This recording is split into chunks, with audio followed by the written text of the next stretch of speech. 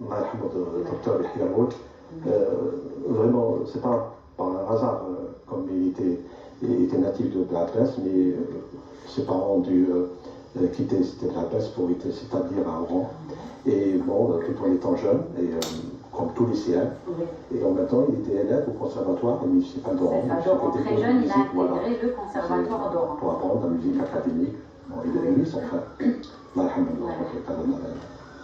Et après, un jour comme ça, dans une bande de lycéens, en 1969, Yahya était passé son bac, et son frère Qasim, il était un peu plus jeune que lui, ainsi que deux de ses camarades de classe, de lycée, Ali Chaouch Ami, M.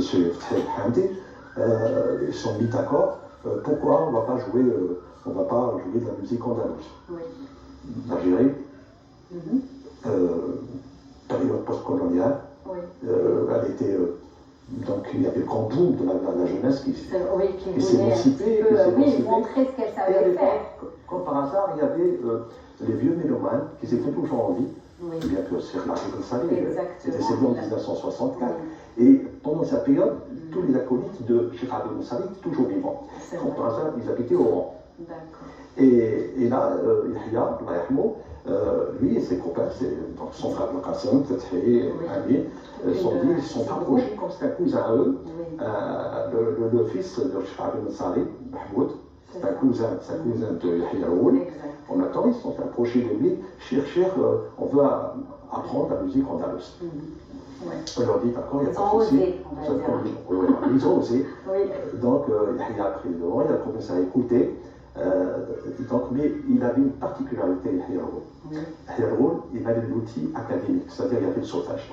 Quand cette musique a été toujours transmise à l'oral, depuis des siècles, il s'est dit pourquoi pour apprendre sa musique, pour l'étudier, on va un petit peu la solfier, on va aller l'écrire sur partition et on va avancer trop vite parce que c'est descendant d'écoles et de mélomanes. Et il y avait un problème de transcription, il y avait un problème de la perte de mémoire. Il a fait vite. Et pendant cette période de 1968 jusqu'à 1973, ils sont accaparés le maximum d'archives, le maximum de support et de connaissances de la musique andalouse, et de là, ça a été le grand boom. Donc ce mouvement estudiantin a fait que chacun de ces grands créateurs, ils ont ramené tout leur programme. Ça s'est trop vite érigé, trop rapidement, en espace exactement d'ampleur. Et dites-vous, en une année, ils ont participé à un festival, ils ont eu le prix spécial, ils étaient trop jeunes pour avoir le premier prix. Tout de suite après, 2 ans après, c'était le festival de la jeunesse à l'époque. Et 3 ans après, ils faisaient partie des grands orchestres qui participaient au 3e festival de la musique andalouse en 1972. Ils ont eu le 3e prix. Donc, c'était bien sûr, j'imagine. Et tout le monde était émerveillé par ces jeunes qui avaient à peine 20 ans, 22 ans, qui jouaient à Dimar-Plément de la manière la plus fidèle du patrimoine. Et n'oubliez pas que le jury à l'époque, c'était le jury composé de Hatik Abdali, de Archo, de Savé, et tout le parterre d'artistes à l'époque était de Chioura. On peut dire qu'il y avait déjà Chioura, et là, le cinéma, ça a démarré. Et donc, c'était cette période transitoire en 1968, de la création jusqu'à 1973, c'était de s'accaparer le maximum de support, et former l'orchestre. Derrière nous, il y a l'idée en même temps, durant cette période, de commencer un chantier, un projet, d'enregistrer tout le patrimoine, tous les nouveaux qui existaient, parce qu'il avait la référence derrière lui, qui pouvait l'aider, qui pouvait le conseiller, qui pouvait l'orienter pour l'exécution. Donc, ça a été un véritable chantier. En même temps, l'école a commencé en 1973, ça fait 50 ans, 51 ans cette année. Et là, ça a commencé, ils ont pensé, il a été visionnaire, donc en 1973, à ce jour, il y a l'école qui fonctionne. On a fait passer pas mal, jusqu'à 9000 élèves, et alhamdoulilah. Oui, avec en tout cas, prestigieuse école, j'ai envie de dire, n'est-ce pas, Leïla? Ah, tout à fait, tout à fait. Moi, j'ai une histoire, on va dire, familiale avec Andalous et Yahya Roul, puisque quand j'étais petite, déjà, dans ma famille paternelle, on les appelait les frères Roul. Et venait faire des soirées familiales chez mes grands-parents. Donc, que ce soit mon père ou mes oncles ou toute ma famille était très proche de Yahya El-Roud, de sa famille et de tous les membres de l'association Al-Andalus, c'est jusqu'à aujourd'hui, puisque mon oncle a été un président aussi dans leur association.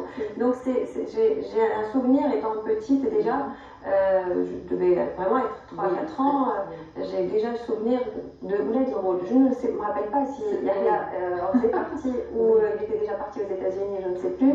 Mais en tout cas, c'était les frères El-Roud, Nassim Andalus. Moi, quand j'étais petite, pour moi, c'était Ouled El-Roud. Et puis, garder cette appellation. Voilà, des années plus tard, Yahya El-Rahmou était revenu des États-Unis vers la France, où à l'époque, enfin la France de temps en temps, il venait en France. Et à l'époque, je faisais partie de l'association Les Al-Andalus sous la direction de M. Abdelkrim Ben Sid, qui travaillait étroitement avec M. Yahya El-Roud. Et donc, indirectement, j'ai bénéficié aussi de son savoir, de son enseignement. J'ai eu à monter sur scène aussi avec lui à Paris. Et donc, voilà, je pense qu'avec Yahya, j'ai cette double histoire familiale et artistique. Et puis, il maîtrisait donc plusieurs instruments à cordes dans Yahya, mais son instrument de prédilection est Robert, n'est-ce pas? Oui, parce que là, faisait partie un petit peu le pivot de l'orchestre, c'était Robert, parce que c'est un instrument qui se joue à 2 cordes, et c'est difficile, des cordes. Elles sont épaisses, elles sont en boyau, et il y a le chef Abdel Kassari, et tous les jours, il jouait dans une partie d'une soirée, par exemple, pour le peuple, qu'on appelle l'Audra, et bon, c'était l'instrument au choix du chef. Il y a certains chefs qui excédaient sur le luth, il y a d'autres qui étaient sur le violon, et ainsi de suite, sur la guitare, bien sûr. Et Yahya, c'est pas uniquement que l'exécution d'un tel ou tel instrument, c'était la rigueur. C'est ça. Justement, on va parler, il était très pointu sur le style et aussi le rythme. Mais juste avant, je pense qu'en régie, on dit qu'on va découvrir un petit extrait et on revient juste après. Allez.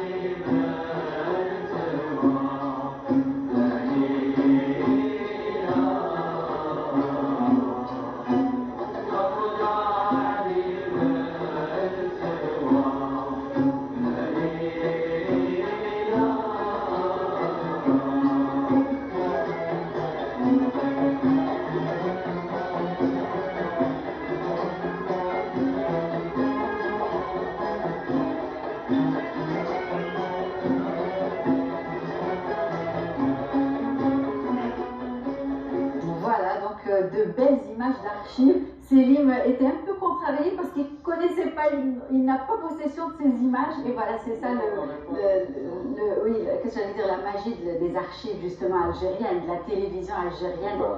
De très belles images. Ça fait plaisir de savoir qu'on a des films pareils encore gardés dans nos archives. Bien, vous avez vu leur état. Bien conservés dans l'état. Bien conservé. Et ça c'est un des enregistrements, je pense qu'il date de 72. 70, 72 à peu près, et on voit sur ces images, sur ce film-là, on a vu Cheikh Hiyaroul Allah yarhamou, on a vu son frère Qassim Allah yarhamou, qui vient de décéder à Rouen. Ça fait 4 mois et 10 jours entre les deux frères. Et il y en a pas de gens qui étaient très jeunes aujourd'hui, qui sont grands-parents. Et ça va leur faire plaisir. J'espère qu'ils regardent l'émission en tout cas et qu'ils se sentent. On a fait par tout le monde de regarder. Voilà, et on remercie justement Abdou des archives qui a pu nous dénicher ces belles images. Donc on va revenir justement à Hiyaroul. On disait tout à l'heure, il s'est toujours montré pointu sur le style et le rythme, n'est-ce pas? C'était ce qui faisait sa particularité. Le rythme, c'était sa spécialité. En 72, avant 72, au début de sa carrière, entre 68 et au-delà, jusqu'en 72, il a vu qu'il y avait un vide total et une déperdition de quelques rythmes à Tlemcen. Bon, nous on parle de l'école de Tlemcen particulièrement. Ces rythmes-là n'étaient pas mis en évidence alors qu'ils existaient 4 ans auparavant, 5 ans auparavant avec Chalabi, et c'est difficile. Mais tout de suite après, il y avait des rythmes un peu compliqués, tels l'Oxyd du Musaddar et le Mizan Sofiane. Ce sont deux rythmes qui étaient très compliqués au début. Alors là, il a fait toute une étude sur les rythmes. D'ailleurs, il y a même le livre qu'il a édité et qui explique très bien le rythmique, le processus et l'utilisation du rythme. Parce que dans cette musique andalouse, on a la composition de 3 éléments fondamentaux qui ne peuvent être dissociés l'un de l'autre. Il y a 3 composantes, il y a la poésie, il y a la mélodie, il y a le rythme. On dit que la poésie a été créée, le zajal, pour la mélodie, pour la musique, donc pour la mélodie. Donc, en composant les trois éléments, il faut qu'on ait une harmonie entre ces 3 éléments. Et là-dessus, Dr. Hiyaroul Allah yarhamou était très pointilleux, très strict. D'ailleurs, Lila peut en témoigner sur ça, parce que s'il y avait une demi-note de moins, s'il y avait un quart de temps de plus, s'il y avait un rythme décalé, c'était son exigence. Mais moi, je trouve que ce qu'il a apporté à cette époque-là, Hiyaroul, c'est justement ce regard moderne sur cette musique traditionnelle. Quand je parle de regard moderne, c'est pas comme on pourrait l'imaginer avec des instruments électriques ou quoi. Pas à ce point. Il a revu la structure de la musique. Peut-être qu'à un moment, cette musique a été entre les mains de Chour, bien sûr, mais ce sont des gens qui n'ont peut-être pas étudié du point de vue scientifique. Et je pense que je pense que Yahya a amené un regard nouveau. D'ailleurs, on le sent même dans la structure de l'orchestre. Avant, les orchestres n'étaient pas disposés de la même manière. Même la nouba n'était pas jouée de manière très codée, même si Cheikh Larbi, si on prend l'exemple de Cheikh Larbi, il l'était, mais les musiciens autour ne suivaient pas forcément. Ne suivaient pas forcément. Donc là, on voit qu'il a ramené une structure à l'ensemble. D'ailleurs, même le chant collégial était bien étudié. Et je pense, à cette époque-là, il y a eu un vrai tournant dans la façon de faire apprendre la musique andalouse, la façon de la donner connu au public aussi. Pourquoi? Parce que justement, il l'étudiait en profondeur. C'était le, disons que avant l'apparition des Ouled Roul, parce qu'au début, il y avait les deux frères Roul, c'est pour ça qu'on les appelait Ouled Roul. Ils étaient à la tête de toute cette institution qui est de Nazim Andalous, mais qui est venue en 68. La création de l'association était en 68, donc quelques temps après. Mais l'école elle-même, la première école qui a existé à Tlemcen, c'est-à-dire dans l'école de Tlemcen, et la première école c'était Nazim Andalous. Il n'y avait pas d'école, on n'avait pas d'école à ce moment-là encore. Parce qu'il y avait encore le style, l'ancien style, c'était des rba'at, ce qu'on appelle des groupes. Et dans le groupe, on se mettait n'importe quoi. Chacun était libre de se poser. Voilà, et là, il trouvait de la place aussi. Carrément, il a structuré carrément l'orchestration de l'école d'un orchestre. Moi, j'ai une petite question, si je peux permettre. Bien sûr. Parce que bon, mais ça, je ne sais pas si Salim ou Anwar aussi peuvent répondre. Il paraît qu'avant que Yahya Al-Roul joue de la musique andalouse, il jouait un autre style de musique, c'est vrai ou pas? Oui, la musique classique. Encore la musique classique. Non, oui, mais ça a été rapporté par messieurs, monsieur Hamdi Fethi ou Ali Chaouch. C'est eux qui baignaient dans le style de l'époque. Oui. Johnny Hallyday, C'était pas clair. Non, c'était les éléments composant le groupe Ouled Roul. C'était les jeunes de cette époque-là. Oui, justement, il a eu beaucoup de personnes, bien évidemment, bénéficiant, appris, mais lui aussi, il a eu la chance de baigner dans une famille de mélomanes, n'est-ce pas? Oui, exactement. Du côté de sa mère. Côté maternel. C'est côté maternel, c'est Cheikh Fatima Ben Saleh, qui était le grand-père Nana de Yaroun. Et de là, le déclic, il avait un plus, une valeur ajoutée, c'est-à-dire dans cette musique. C'est ça qu'il a plutôt référencé, des gens qui s'intéressaient, lui, c'est de la famille de Cheikh Abed Ansari. Comme Cheikh Abed Ansari, c'est un monument de l'époque, c'est lui qui le tenait, qui a été le porte-flambeau de l'Algérie, donc toutes les festivités, tous les congrès, les congrès militaires, exactement, musique qui représentait, et qui s'était très respectée par toutes les chiots de l'époque, parce qu'à l'époque, il n'y avait pas d'école. Il y avait des grands chiots, de Nalo, des grands chiots de Tlemcen, qu'on dit maintenant l'école de Tlemcen, et notamment au Tlemcen. Et là, cette référence a fait que, on dit les gens disaient, ou bien les élèves qui étaient à côté, et ça, c'est un descendant des Bonsari. Quand on dit un descendant de personne, il faut faire confiance. Et comme il s'accoutumait, il restait, c'est-à-dire tout son savoir, tout son être, il a hérité des supports, comment les supports audio, et sur les témoignages de Cheikh Arabi, comment il exécutait tel ou tel mouvement, tel programme. Et il transcrivait, lui, son frère, rapidement, et très rapidement, il interprétait, même Mahmoud Bonsari, c'est le fils de Cheikh Arabi Bonsari, au lendemain des répétitions avec ces gens-là, il répétait, il allait 2 fois plus vite. Et ça fait qu'il se disait, à l'époque, Cheikh Arabi Bonsari, on restait 1 mois, 3 mois, et vous venez en 24 heures. Donc c'est là, ce qui a fait que... Notre technique d'apprentissage, voilà, c'est ça. Notre méthode novatrice. En plus de ça, il était fédérateur.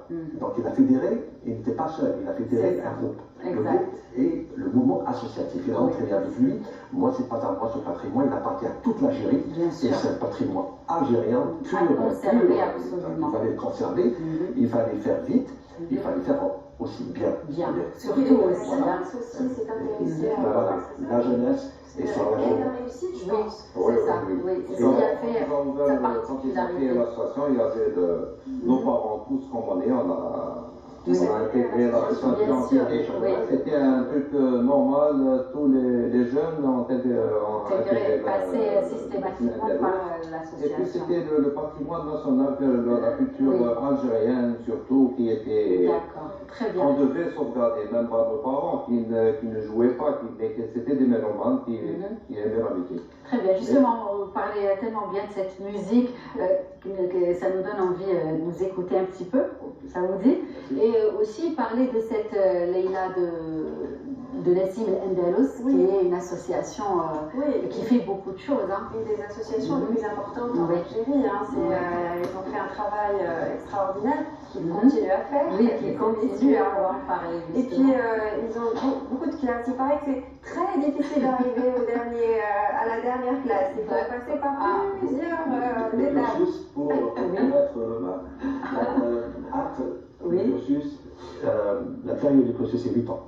Donc on est un musicien fini. On passe par plusieurs étapes, et par plusieurs niveaux, et chaque niveau a ses spécificités. On aurait aimé avoir un plus, c'est-à-dire d'enseigner le solfège et la batterie. Malheureusement, on l'a fait qu'en la première et deuxième année. Parce que les jeunes actuellement, ils veulent tout faire vite, tout apprendre vite.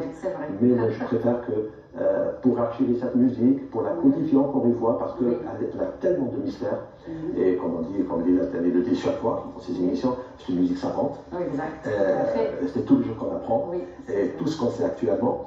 Et on est en train, avec Dr Hiyaroul, on apprend une nouba, on est à la 7e, 8e version de la même nouba, et à chaque fois on découvre des secrets de cette nouba. Donc, conclusion pour vous dire que moi personnellement, en tant qu'élève de l'association, je suis une musique savante à part entière. Oui, je suis d'accord avec vous. En tout cas, un petit extrait dans plus de la musique, qu'on va bien apprécier, n'est-ce pas, Leïla?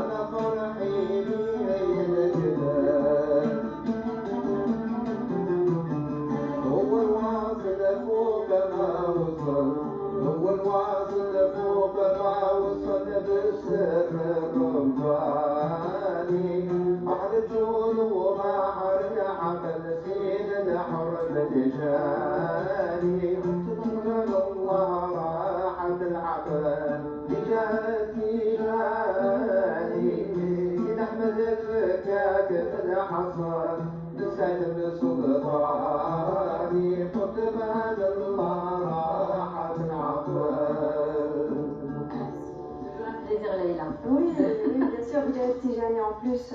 C'est en hommage à Dr Hiyaroul qu'il avait interprété pour la première fois dans les années 70, en 77 je crois. Il avait interprété, enregistré à la télévision, et ça a été un enregistrement qu'on trouvait dans toutes les maisons et dans toutes les voitures. D'accord.